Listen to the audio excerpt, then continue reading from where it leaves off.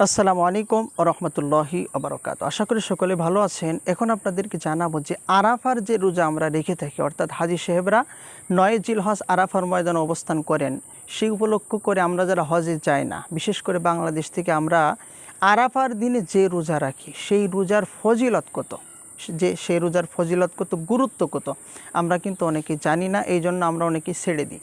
আসলে একটা হাদিসের দিকে যদি আপনি লক্ষ্য করেন তাহলে আপনি ফজিলত কিন্তু বুঝতে আপনার আর বাকি থাকবে না, এমনকি গুরুত্ব কত তাও কিন্তু বুঝতে পারবেন। সেই হাদিসটি হলো আম্মাজান, আমাদের উম্মাহাতুল মুমিনিন আম্মাজান আয়েশা সিদ্দিকা রাদিয়াল্লাহু তাআলা আনহা থেকে হাদিসখানা বর্ণিত।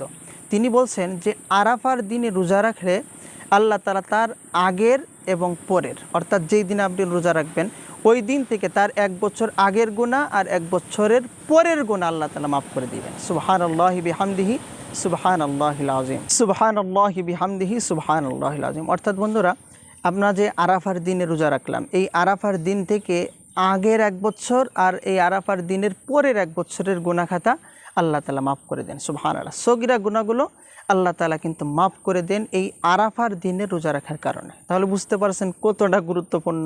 আমাদের জীবনের গুনাহ খাতা মাফ না করাই যদি আমরা নিতে পারি জীবন থাকাকালীন, তাহলে কিন্তু কবরে গিয়ে শুধু শাস্তি আর শাস্তি। তো এই জন্য আমরা বলতে পারি যে অনেক গুরুত্ব কিন্তু রয়েছে। আর ফজিলত হলো, কেউ যদি এই আরাফার দিনে রোজা রাখে আল্লাহ তাআলা তার আগের এবং পরের 1 বছরের গুনাহ আল্লাহ তাআলা মাফ করবেন। শুধু তাই নয়, এই নফল রোজা রাখার কারণে আল্লাহ তাআলা তার আমল নামায় 1000 নফল রোজা রাখার নেকি দিবেন। সুবহানাল্লাহ। তো আশা করি আপনারা এই 2টা হাদিস থেকে বুঝতে পেরেছেন যে একটা রোজা রাখলে 1000 নফল রোজা রাখার নেকি আল্লাহ তাআলা দিয়ে দেন।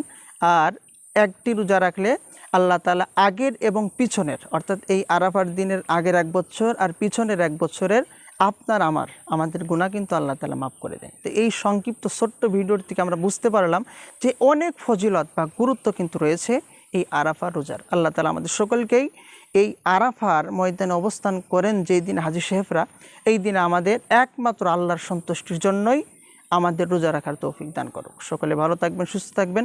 আর এই রোজার কিন্তু নিয়ত ওইভাবেই করবেন।